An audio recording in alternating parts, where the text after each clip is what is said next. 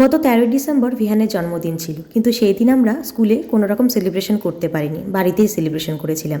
তাই 17ই ডিসেম্বর ভিহানের স্কুলে একটা ছোট্ট করে সেলিব্রেশন করানো হলো। ওদের স্কুল থেকে প্রত্যেক বাচ্চারই বার্থডে সেলিব্রেশন করানো হয়, আর এবার ভিহানের বার্থডেও সেলিব্রেট করা হবে। তাই সমস্ত বাচ্চাদের জন্য চকলেট নিয়ে যাচ্ছিলাম, আর এই কেকটা কিনেছিলাম একটা দোকান থেকে। এই কেকটা ওখানে গিয়ে কাটা হবে, আর সমস্ত বাচ্চাদের মধ্যে চকলেটগুলো ডিস্ট্রিবিউট করা হবে। আর এখানে দেখুন ভিহানদের ক্লাসরুম এটা, আর সমস্ত বাচ্চারা খেলছে, আর এই যে আমাদের ছোট্ট বার্থডে বয়, আর তার পাশে সমস্ত ফ্রেন্ডসরা বসে আছে।